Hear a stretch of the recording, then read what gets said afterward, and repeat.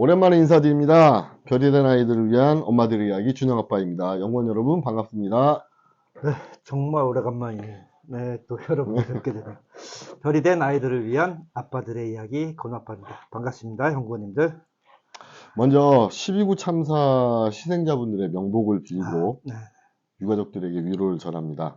참사 때 부상당하신 분들이 빠른 회복을 기원하겠습니다. 네.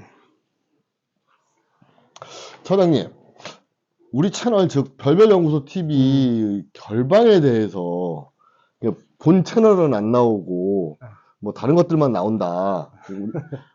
혼내시는 분들이 좀 계셨어요. 할 말이 없습니다. 12구 참사를 보고 네. 너무 충격이 컸고 이건 너무 큰 참사다 보니까 도저히 뭐 할 수 있는 상황이 아니었습니다. 솔직히 그랬죠. 말씀드려서. 여기저기서 전화도 많이 왔었어요. 요즘 어떠시냐고. 우리 방송이 또 좀 웃음기도 좀 있고 재미도 좀 있게 하려고 그렇게 뭐 또 일상의 안전을 또 풀어서 또 얘기하는 게 주 이야기 테마니까 이게 할 자신이 없더라고요. 뭐 일상의 안전이 무너진 참사를 그냥 눈앞에서 보고 있자니까 너무 충격이 컸습니다. 맞아요. 네. 뭐 그래서 이게 뭐 변명 같지만 그래서 결방을 할 수밖에 없었습니다. 죄송합니다, 연구원님들. 뭐 소장님도 그러셨겠지만 저도 그간 굉장히 무거웠었거든요. 무거운 마음이었었고 뭐 이렇게 뭐라 그럴까 뭐 의욕이 없다 그럴까요? 아무것도 하기 싫고 그 뭐 우울증 좀 비슷한 그런 증상까지 좀 나타나고 하더라고요. 그러나 우리가 지금까지 싸워온 게 몇 년입니까? 또 지금 이 돌아가는 상황을 이렇게 보니까 와, 진짜 이건 세월호 참사 때와 너무 똑같은 거였죠. 이게 어이없고 진짜 이 말을 못 하겠더라고요.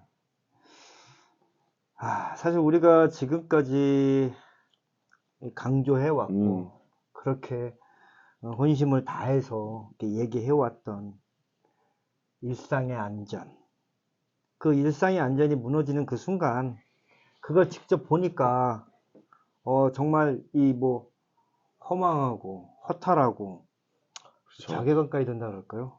이 이 말을 못 하겠더라고요. 뭐 처장님 말씀대로죠. 지금껏 나오는 보도들 좀 보니까요. 세월호 참사 때와 같아도 너무 같더라고요. 네, 맞아요. 예방과 대응이 너무 부실했던 거 아니냐는 말부터 그리고 책임자들은 책임을 회피하고 심지어 책임을 전가하려는 모습을 보이고 있고요. 그리고 이런저런 너무 이해하기 어려운 것들이 많다 보니까 그냥 이대로 가만히 있기에는 너무 마음이 무거웠습니다. 솔직히 말씀드려서. 그래서 오늘 특별한 시간을 마련해 보았습니다. 오늘은 이제부터 12구 참사 관련해서 전반적으로 정리하는 시간을 좀 가져볼까 합니다. 네, 좋습니다. 뭐 전체적인 정리는 안 되겠지만 그래도 약간이라도 좀 정리를 해놓고 우리가 다음 수순으로 넘어가야 될 것 같습니다. 자, 소장님, 우리 너무 위축되지 말고 네. 평소대로 사실과 그 사실적인 내용에 집중하면 될 것 같고요. 뭐 정말 저희가 제일 위축이 됐었나 봐요. 분향소에 갔다 왔습니다.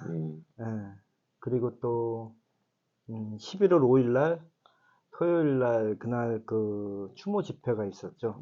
거기도 다녀왔고 뭐 갔다 오고 난 이후로 그 관련 영상들이나 이렇게 방송들 보면서 이 복받치는 그런 감정들이 굉장히 커지더라고요. 참 힘든 시간들을 좀 보냈는데 그렇습니다. 저는 분향소가 차려져 있을 때 서울시청 앞에 있는 분향소에 저기도 거기 갔다 왔어요. 갔는데 정말 보고도 믿을 수 없는 장면을 목격하고 정말 속이 상하더라고요. 거기서 조용히 멀리서 이제 애도하고 있는데요. 저는 혼자 갔습니다. 왜냐면 또 그렇잖아요. 그래서 저 아시는 분들도 있고 그래가지고 그냥 혼자 조용히 갔는데 뭐 또 희생자분들한테 너무 미안하고 별이 된 아이들한테 너무 부끄럽고 마음이 너무 아파서 가지고요. 근데 애도를 하고 있는 와중에 멀리서 제 귀를 의심하는 소리가 들려서 정말 속이 막 욕 나오는 순간까지 됐었거든요. 뭔 소리였을까요? 그건 여쭤봐야 될 것 같고, 뭐 대충 감이 오긴 하는데, 주옥순이라고 아시죠? 그 아니나 다를까. 예, 태극기 부대 아줌마. 너무너무 유명한 분이잖아요. 그 독일까지 참 갔던 맞아요. 그분. 아무튼 그분이 어떤 청년하고 막 싸우고 있는 거예요. 그 목소리도 카랑카랑 하잖아요. 들어보니까 세월호 때처럼 또 장사하려고 이러냐. 그러면서 소리치고 있는 거예요. 이제 이 여자가 눈치도 없고 코치도 없는 거지. 염치도 없고. 거기가 어딘데 거기 와가지고 저런 막말을 할까 하고. 제가 분양 마치고 나서 줄 서 있잖아요. 그 분양 마치고 나서 한바탕 그냥 가가지고 한바탕 하려고 하는데 어떤 젊은 청년이 먼저 막 소리 지르면서 싸우고 있더라고요. 그 청년도 정말 너무 화가 나니까, 너무 속상하니까, 막 엄청 소리 지르면서 울면서 막 싸우더라고요. 둘이서 이렇게 다툼하는 걸 보고 있다니까, 정말 제 심정은요, 너무 무겁고요. 뭐 말로 표현할 수가 없어요. 그리고 분향소 전체의 모습이 정말, 이게 무슨 분향소인가. 맞아요. 아니, 뭐, 사진도 없고, 이름도 없고. 영정도 없고. 아니, 내가 국화꽃한테 내가 지금 분양하러 왔나. 정말 속상하고 슬프고 그런데, 그런 믿을 수 없는 장면을 또 언론은 다 찍어서 찍어요. 정말 제가 미치는 줄 알았습니다, 진짜. 그것도 특종인가? 하여튼 기레기들 하는 짓들은 다. 그 주옥순. 그 사람 혹시 싸우면서 이렇게 카메라 들이대고 찍으면서 그러지 않아요? 그런 짓 할 텐데. 잘 아시는 또 찍고 있더라고요. 뭐 같은 편인지 뭐 직원인지 모르겠는데 찍고 있더라고요. 왜 이 꼴통 보수들 네. 그 유튜버들의 그 돈벌이 수단으로 많이 그런 방법들을 이용하지 않습니까? 이제 그런 이 막말하고 또 이 진짜 패륜적인 그런 행동들이거든요. 참 더러운 인간들이에요. 근데 그건 그렇고 이거는 좀 한번 여쭤보려고 그랬는데 저는 너무 당연하게 생각하는 건데 이상하게 이제 삼자를 통해서 이렇게 들리는 말을 보면은 이런 얘기를 하는 분들도 있더라고요. 그러니까 12구 이태원 참사와 관련해서 뭐 생각보다 좀 많은 사람들이 아니 그 할로윈 축제에 놀러 가서 죽었는데 왜들 이렇게 호들갑들이고 국가에서 무슨 지원을 하고 그런 얘기들이 심심치 않게 나오더라고요. 이제 물론 뭐 제 주변에 이제 저희 지인들이 그런 말씀을 하시는 건 아니고 그분들도 이제 그런 얘기를 간혹 그렇죠. 들었다고 얘기를 하시더라고요. 아마 소장님도 좀 들어보셨을 텐데 그리고 어떤 그 기사가 인터넷 그 매체를 통해서 이제 기사가 나가게 되면 거기에 댓글들 달리는 것들이 진짜 그런 댓글들이 굉장히 많이 달려요. 이걸 보면서 정말 화가 나고 분노하지 않을 수가 없는데 맞아요. 놀러 간 거 맞아요. 그때 그쵸. 축제니까 놀러 갔죠. 근데 놀러 가서 서울 한복판에서 그렇죠. 그렇게 사람들이 한두 명도 아니고 158명이 그렇게 허무하게 죽을 수밖에 없는 그런 나라가 이게 나라가 맞아요? 정상적인 나라가 맞나요 이게? 이거 좀 혼 좀 내줘요 좀. 그러니까 할로윈 때 12구 참사 벌어지자마자 일제히 그건 좀 이렇게 좀 봐야 돼요. 일제히 보수 유튜버, 보수 페이스북, 그 꼴보수 원로들이 그렇게 방향을 몰아갔어요. 아니 잠깐만. 그런 망발들이 그런 패륜적인 행위들이 그게 방향성을 갖고 있는 거라고요? 네, 그렇죠. 어처구니 없네. 지금은 그러니까 당시 출동했던 일선 경찰과 고생 많이 했던 그 소방이 있잖아요. 소방 쪽에 책임을 뒤집어 씌우는 경향이 있는데 첫날에는 흐름이 그렇지 않았거든요. 첫날에는 경찰도 아무 잘못하지 않았다. 정부가 이렇게 만들어버렸어요. 정부 자체에서. 왜냐면 이상민 장관이 책임이 없다. 문제 없었다. 그러니까요. 그렇게 해버리니까 그후부터는 이제 할 수 있는 발언은 젊은 애들의 미친 광기 뭐 이런 표현을 쓴 사람도 있었어요. 그리고 질서 없이 혼란스러운 애들이 탐욕과 뭐 이런 문제들 때문에 죽은 거다. 아니 어떻게 피해자들에게 떠넘기는 방향으로 이렇게 밀어넣는지 한참 그쪽으로 밀어버린 거예요. 한 이틀 동안 그렇게 쭉 밀어간 거죠. 방향성을.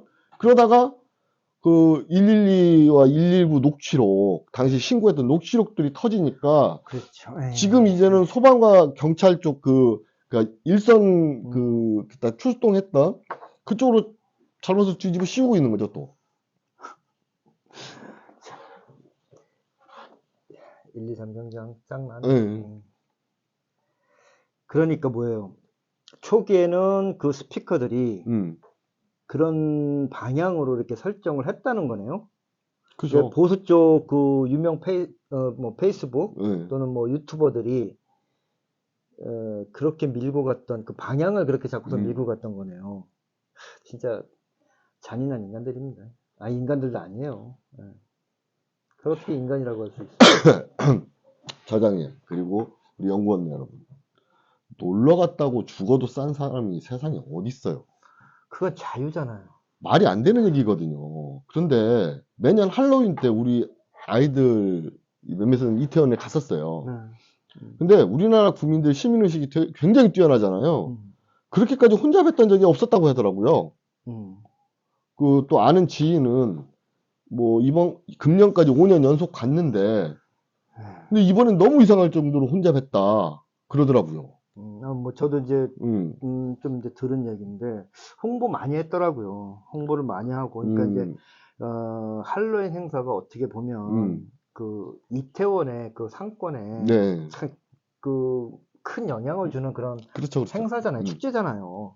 그렇기 때문에 또 이제 외국인들도 많이 오고 그러다 보니까 이 서울시 산하의 그 관광재단 여기에서도 그 홍보 관련 홍보를 그 많이 했더라고요. 뭐 이런 거죠. 얘들아 여기 와서 신나게 놀아라. 이래서 뭐 그걸로 하나의 어떻게 보면은 그 이태원의 그런 어떤 그 상권을 그런 어떤 시장 어떤 경제적인 그런 상권을 형성했다라고 볼 수 있고 그렇기 때문에 즐겁게 놀 수 있도록 계속 이제 홍보를 했었던 거거든요. 그죠. 뭐 제가 보기에는 지금은 이제 고인이 되신 그 희생자 그 청년들 이분들이나 부상당하시고 이제 생존하셨지만 부상당하신 분들이나 이분들이 뭐 불법이나 잘못한 일을 한 게 아니에요. 절대로. 그렇죠. 아니 진짜 이분들 잘못이 아니거든요. 근데 이렇게 몰아가. 나쁜 인간들이죠. 진행을 좀 빨리 해보시죠. 네네.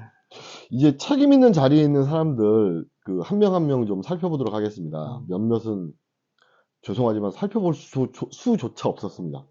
뭐 여지껏 나온 정보들이 빈약하고 뭐 뒤로 숨었는지 잘 안 보여요. 책임 있는 몇몇은 이야기하지 않고 않는다고 뭐 그들을 이야기하지 않는다고 너무 구박하지 마시고 들어주시면 고맙겠습니다. 먼저 윤석열 대통령부터 좀 살펴볼 텐데요. 윤석열 대통령은 이제 참사 당일에 보고도 받고 그리고 23시 21분에 신속한 지시도 내리고 뭐 여러 차례 회의도 하고 또 그 이후에 또 여러 차례 지시도 내리고 뭐 이렇게 했다고 합니다. 그리고 다음날 오전 10시에 현장에 나가는데요. 그 소방관들과 대통령이 대화하는 영상을 보면 난 이 사람이 지금 상황 파악이 전혀 안 돼 있다. 전혀 안 돼 있는 건 아닌가 하는 생각이 들 수밖에 없습니다. 왜냐면 맞아요. 소방관들이 이렇게 대통령이 왔으니까 의전 차원에서 아니 뭐 이렇게 설명을 많이 했을 거 아니에요. 이렇게 해서 뭐 여기 자리가 그러고 그래서 그 참사에 대해서 설명하면서 압사 참사에 대해서 설명을 했단 말이에요. 그러자 윤석열 대통령이 이렇게 얘기합니다. 압사라는 단어가 좀 의아했나 본지. 압사? 뇌진탕 이런 거겠지. 뇌진탕 이런 게 있었겠지. 이러는 거예요. 이거는 상황 파악을 전혀 못했다는 증거가 아닌가. 갑자기 왜 박근혜가 이렇게 켰죠? 또 이상한 것은 밤에 보고를 받고 7번에 걸쳐서 지시를 했다고 대통령실에서 발표를 했는데요. 근데 대통령이 지시했던 그 시간에는 기록상으로 보면 경찰청장은 아예 보고조차 못 받은 상태고요. 경찰 관할이 핵심인데요. 거기가 책임인데. 대통령이 지시하려면 경찰 중 누구한테 지시했는지 모르겠습니다. 여기서부터 좀 문제가 있거든요. 그리고 발표한 사진 이렇게 보면 회의하는 사진이라고 약간 좀 이상한 사진이 나왔어요. 예, 봤어요. 좀 이상하다 이런 이야기가 있었는데 YTN 보도로는 한 달 전 거라는 보도가 있습니다. 그 사진 자체가. 그러니까 회의가 언제 어디서 누구랑 했는지 안 했는지도 모르겠습니다. 이제 대통령실에서 그렇게 발표하니까 그랬나 보다. 그리고 다음날 현장에 나왔는데 갑자기 나온 듯한 이상한 발언. 그리고 태도 자체는 정말 이 사람이 대통령이 맞나 하는 의문이 드는 거예요. 이런 거죠. 나가서 야 여기서 이렇게 사람이 많이 죽었다며? 이런 식이에요. 이런 거예요. 여기서 그렇게 많이 이런 거예요. 그 동네 할아버지들이 단체로 뭐 어디 폼페이 유적지 같은데 놀러 가잖아요. 관광 가서 폼페이 그 화산 때문에 이렇게 많이 죽었다며? 이런 식으로 말한 거하고 똑같은 거예요, 이거. 이런 말투 지금 우리 박근혜 때 너무 많이 들었잖아. 그렇죠. 유체이탈 합법. 관광객 말투로 하는 거 봐서는 전날에 그렇게 7번을 주의 있게 주시하면서 깊이 있는 회의를 한 사람의 태도가 아니다. 저는 이렇게 단정하고 있죠. 뭐 신림동 때도 그때도 마찬가지였고 몰라서 그러는 게 아닌 것 같아요. 그런 사람인 거지. 뭐 그 정도 보고를 받고 또 대책 회의도 하고 그랬다면은 관련된 정보의 대부분은 다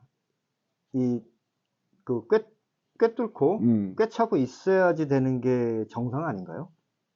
그런데 마치 이 관광객처럼 나타나서 여기서 이렇게 많이 죽었다며 도대체 이런 생각과 이런 말을 할 수 있다는 게 와 이거 진짜 이 국민들은 트라우마예요 이거. 그죠.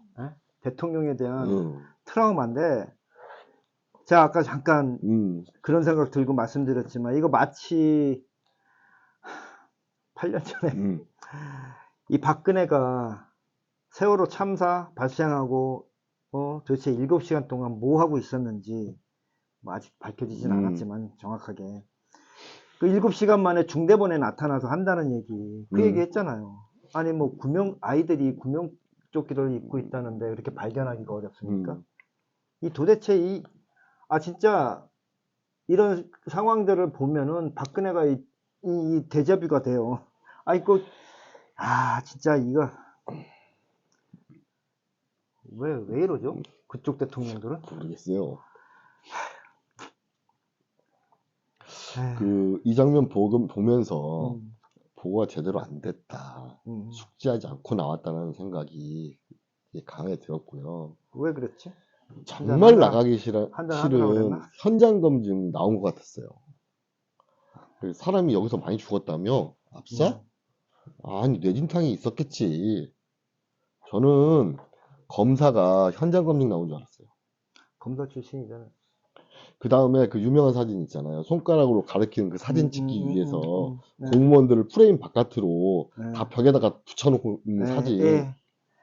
참 그걸 보면서 저는 느낀 건 진짜 세월호 참사 때 인증삭 찍으러 온 정치인들하고 똑같네? 아니 이 새끼들보다 다 하네? 이런 생각이 드는 거예요. 지금 그때 와서 이렇게 제 속을 뒤집어 놨던 그 작자가 지금 또 이 윤석열 대통령 밑으로 또 그러겠죠. 그러고 있고. 아니 이게 분양하면서 그 할머니 이상한 할머니 하나 데려다가 한 분양쇼 한 박근혜하고 뭐 똑같다 이렇게 생각이 드는 거죠. 진짜. 이게 무대 위에서 연극 배우 세워놓고 마치 자신이 주인공인 마냥 극장처럼 애도를 하고 상영을 하고 있는 거예요 지금. 행정에서도 현장에서도 그 애도를 상영하고 있는 거 아닌가. 그런 생각을 할 수밖에 없는 거죠. 그런데 극장에서 상영되는 그게 이게 진지하고 사람의 마음을 좀 울릴 수 있다면 저는 그것도 그 의미가 있다고 봐요. 왜냐하면 지도자라는 자리, 대통령이라는 자리는 당연히 진지하고 사람의 마음을 울릴 수 있어야 되는 자리거든요. 그런데 그걸 보니까 대본도 삼류 쪽 대본이야. 사태 파악도 안 돼 있어. 상황 파악도 안 돼 있어. 있는 배우도 전부 똥 배우들만 모아가지고 극장 애들을 하고 있다? 똥 배우. 아, 정말 웃기고도 슬픈 현실이죠, 지금 이게. 적절하신 표현 같습니다. 이게 지금 그 소장님 말씀하신 그 대통령이라는 자리가 당연히 진지하고 그 다음에 사람의 마음, 심금을 울릴 수 있고 그건 딱 한 가지예요. 진정성이거든요. 그죠? 진정성이. 진정성. 그게 없다라는 거죠. 아, 지금 소장님 말씀에 그 극장 국가라고 하셨는데 이 극장 국가의 전형이 제가 알기로는 히틀러라든가 또 이제 김일성, 김정일, 김일성보다는 김정일 국방위원장이었잖아요, 그때. 뭐 이 사람들이었는데 근데 나름 또 그쪽 측면에서 보면 그쪽 시각에서 보면 또 했어요. 잘 했어요. 그죠. 뭐 제가 뭐 이상한 사상 갖고 있는 사람은 아니고 분명히 말씀드렸습니다. 그쪽 측면에서 그쪽 시각에서 그쪽 국민들은 열광을 했으니까요. 네, 그렇죠. 근데 이 사람들한테는 항상 이 전문가들이 있었어요. 그렇죠. 주위에. 근데 지금 우리나라 대통령은 뭔가요, 지금? 이 보는 사람이 어떻게 굉장히 생뚱맞고 뭐 제대로 보면 사실 좀 속이 불편해요. 속이 불편하고 막 이런 상황들이 막 겹쳐요. 이런 것들이 막 겹치고 우리가 아무리 좀 이상하게 받아들인다 해도 158명이 진짜 어이없이 158명이라는 젊은 대한민국 국민들이 돌아가셨는데 이러한 참사를 심각하게 받아들이지 않는다면 도대체 어떤 게 심각한 상황이죠? 저도 이렇게 뭐 태도까지는 가고 싶지 않았어요. 왜냐면 뭐 내용에 집중하지 않으면 태도를 본다 뭐 이런 얘기가 있어서. 근데 아니 사태 파악이 안 돼 있는 거니까 심각하게 생각하는 겁니다, 지금 제가. 뭐냐면 사태 파악도 못하고 정말 나오기 싫은 자리에 나온 거니 그걸로 보이는 거예요.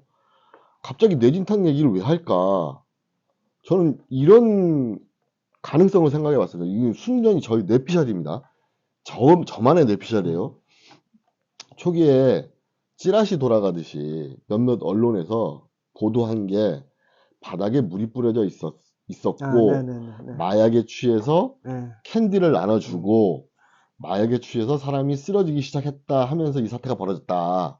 프레임 만들려고 그랬어요. 이렇게 보도를 하니까 대통령에게 만약 그럴 가능성도 있습니다라고 누군가 보고를 했다면 그럼 대통령이 그렇게 생각할 수도 있겠구나. 마약 먹고 정신 잃고 쓰러졌으면 뇌진탕이 오지 하는 생각을 한 게 아닌가 생각합니다. 이렇게. 근데 저만의 진짜 지나친 의구심으로 그쳤으면 좋겠는데 진짜 너무 끔찍한 생각이라서요. 지나치십니다. 절대로 그런 상황은 아닐 거예요.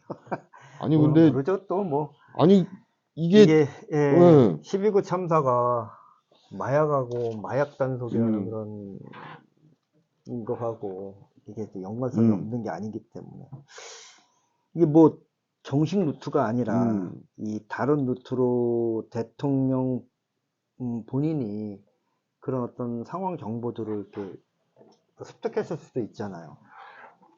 왜냐면 그 참사 다음날 이 꼴통 보수들 이 제일 먼저 얘기한 것이 아니 사망자라고 해야지 왜 희생자라고 하냐, 그리고 사고라고 해야지 왜 참사라고 하냐,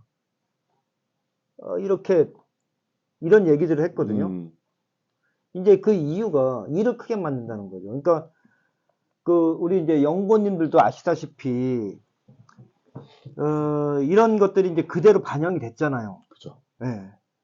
그래서, 지금까지도 사고라고 그래요. 처음에는 이 구구 꼴통들, 이 몇 명만 떠들어댔었는데, 이게 바로 이제 국정이라고 해야 되나, 이것도? 이제 반영이 되면서, 아니, 희생자, 하다못해 현수막에도 이태원 참사 대신에 이태원 사고, 희생자 자신의 사망자, 영정도 없고, 뭐 이런 진짜 이해할 수 있는 상황들이 벌어진 거예요.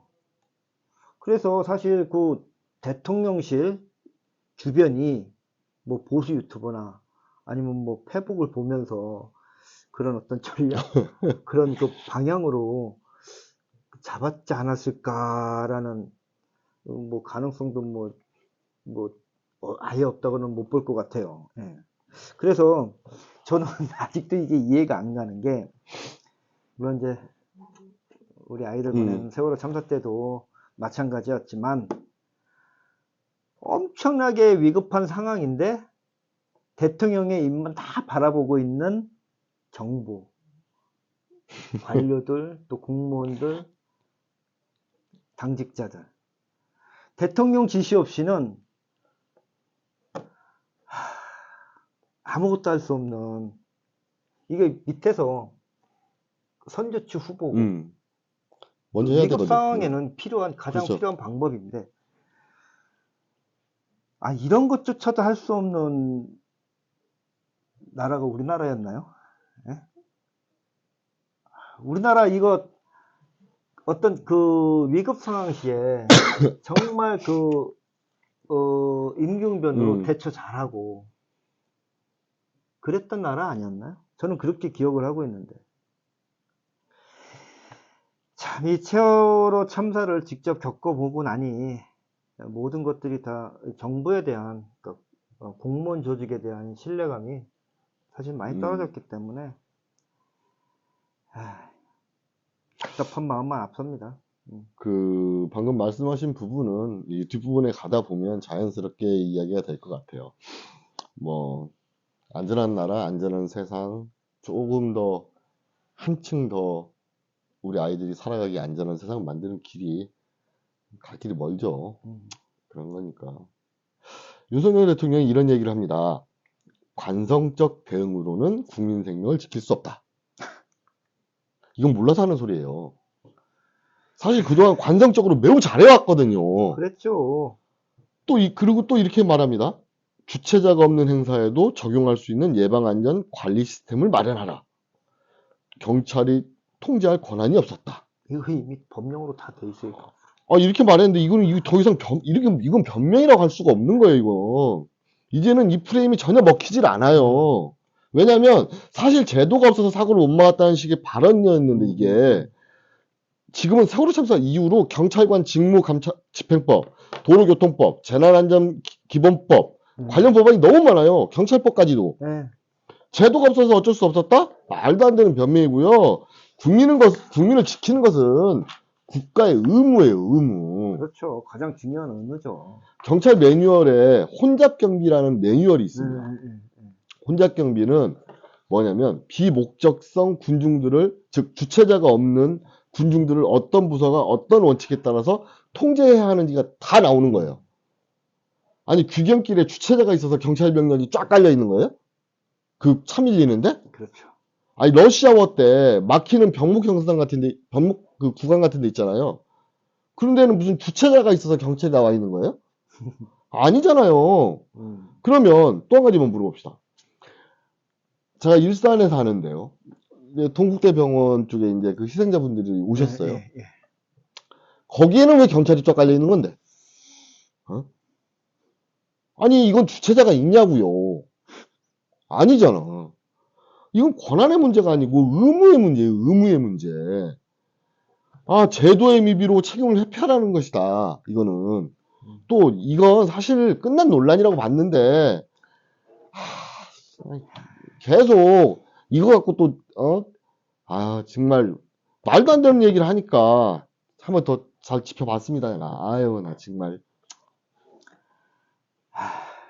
이 대통령에 대한 얘기 하나만으로 지금 벌써 30분이 넘어가니, 이거. 우리, 저도 지금 윤석열 대통령에 대해서 꼭 이거 하고 싶은 말이 한마디 있는데, 그 우리 다음 편에 이어서 하기로 하고, 일단, 우리 30분 넘었으니까, 이 시점에서 한번, 끊고, 2부에 하도록 하죠. 자, 연구원 여러분, 30분이 지나 훌쩍 넘어갔네요. 계속 이어서 바로 영상을 통해 다시 만나 뵙도록 하겠습니다. 우리 요 1편을 끝내기 전에 구독, 좋아요, 알림 설정 우리 다 필요합니다. 많이 해주세요. 수고하셨습니다. 수고하셨습니다.